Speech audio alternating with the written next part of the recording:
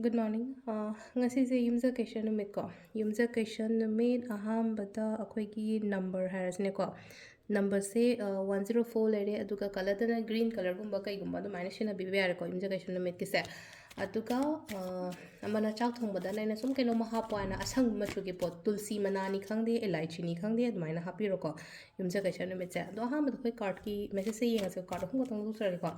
Card hum sitagi ama khanbira se ko. Amamam khanbirase card number 1 consider 2 consider natraga 3 consider ko amaina khanbirase adugi matungina kari kari lake habadu habedi yengase ko do sidale card number 1 card number 2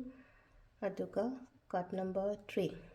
mamangi tang amada single keno tawbodo thamhowdaba harsine ko hadi sum yum mangba khotpa mama adagi out of station oi kaina ga haiba ngai do handaki laiba akhoi keno se imoino numit sila dumai taraga hadi katlaga thamjan biba yai ko ka shukai de ko adu dum laire adu adumai taraga hadi mamangi hadi keno do aina item mapan hapaga dumai na tawgiba do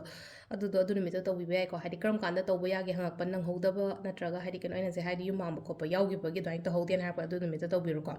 adu silere ko hadi keno lere card ahum sidagi amma lothose card number 1 lothosra card number 2 yengsra natraga card number 3 consider ko ama khala se number 1 khan bangai yengse hamada ko 1 khan bangai gi oina silai se ko aina ningba aina khanba aina pamba potse hai tara ko phangba oina oiba do hai tara ko ai ken sikino ma khalle na khali aina khaliba aina ninge poto engonda phangba la po oina oiba ko number 2 ko number 2 sina amule na ko khudong chaba se mayam la o haina piri ko ngasi se makhal mayam ma changu o haina dum hai tara do na phaba numi su oresno number 2 khan bangai gi oina haraga so ko number 3 ko number 3 sisu leino ko lakti lai ba khudong chaba gumba kai gumba yam lai engonda thabain khang su lai aduga sum leino ko isha se da haining da ba nuai taba gumba kai gumba lei basina ko isha se hadi adumba mayam dom ta hadi concentrate to bangam da ba du maina oina oire ko silai se ko sisina khoi gi card ki message le ko timing se ki pung 6 ta gi na ayuki no se ayuki pung 6 ta gi na nipan ga minute nifuma thobang le ko dai tara ga minute amma daina trama thoi ga minute kun ma thoi bang le ko adagi mo pung ani ga minute amma dagi na pung mari ga minute nifuni thoi bang le re adagi mo 6 ka minute kun ni thoi daina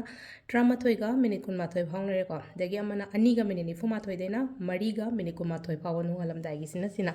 ado sida le re khoi gi ngasi gi oina daily card message ko ma'am thank you